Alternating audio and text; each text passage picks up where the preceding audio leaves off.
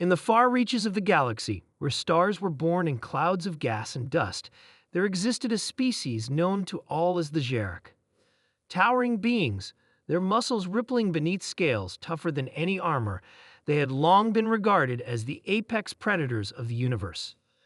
Across countless worlds, they dominated with unmatched brutality, their mere presence inducing terror in every lesser species. The Xeric were hunters, conquerors, and the very embodiment of evolutionary perfection until they met humanity. The Xeric had always considered themselves the natural rulers of the cosmos. Their technology was far more advanced than any civilization they'd encountered, and their military prowess was unparalleled. The Xeric had a culture steeped in violence, every individual trained to kill from birth, and their fleets of warships stretched across galaxies. There was no species that could match their strength, no planet they could not subjugate. Their philosophy was simple: the strong survive and the weak perish. But one fateful day, the Xeric came across a new species, humans. At first, they dismissed them as insignificant, a primitive species from a backwater planet called Earth. The Xeric had encountered countless lesser species before, and all had fallen in the face of their might. However, what the Xeric failed to account for was the one thing they had never truly understood: the human will to survive.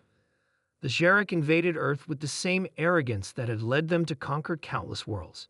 They came in overwhelming numbers, their ships blotting out the sun as they descended. The first cities they targeted were destroyed in hours. The military response from humanity was met with disdain, and soon the Xeric were storming the planet's surface, ransacking cities, and enslaving populations. But something unexpected happened. Humans didn't break. Instead, they adapted. Fast. The Xeric underestimated human ingenuity. The humans were not just survivors. They were innovators, creators, and problem solvers. In every corner of the Earth, pockets of resistance formed. Scientists, engineers, soldiers, and civilians worked together, devising strategies to combat the seemingly unstoppable force. Humans built weapons, tactics, and technology that allowed them to fight back with a ferocity the Xeric had never seen before. The tide began to turn. Human soldiers, wielding advanced weaponry and backed by revolutionary new technologies, launched guerrilla attacks against the Xeric. Humans who were once considered weak or incapable of surviving such an invasion now thrived in the face of adversity. With each passing day, the Xeric's grip on Earth weakened as they struggled to deal with the cunning and persistence of the humans.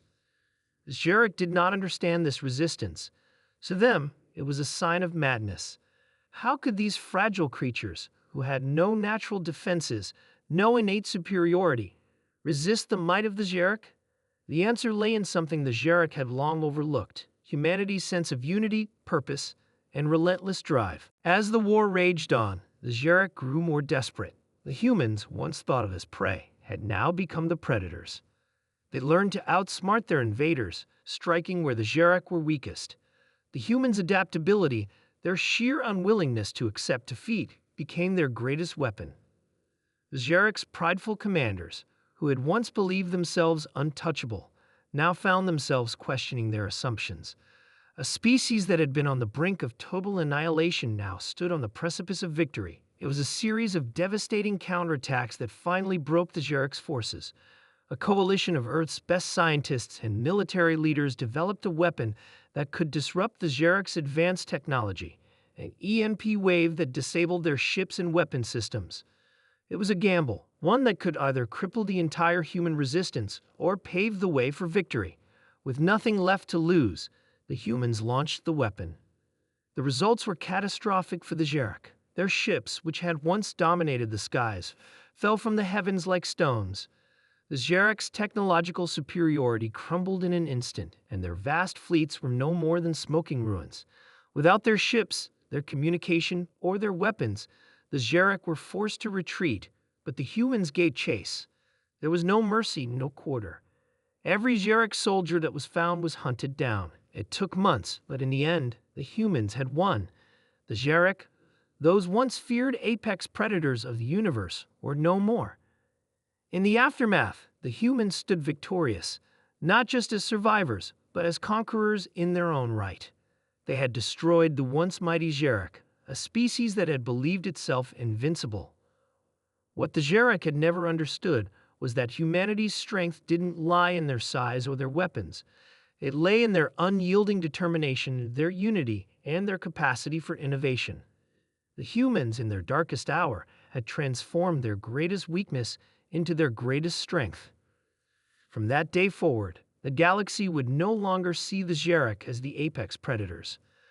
The humans had claimed that title for themselves, not by virtue of their might, but by their unwavering will to survive and thrive against all odds.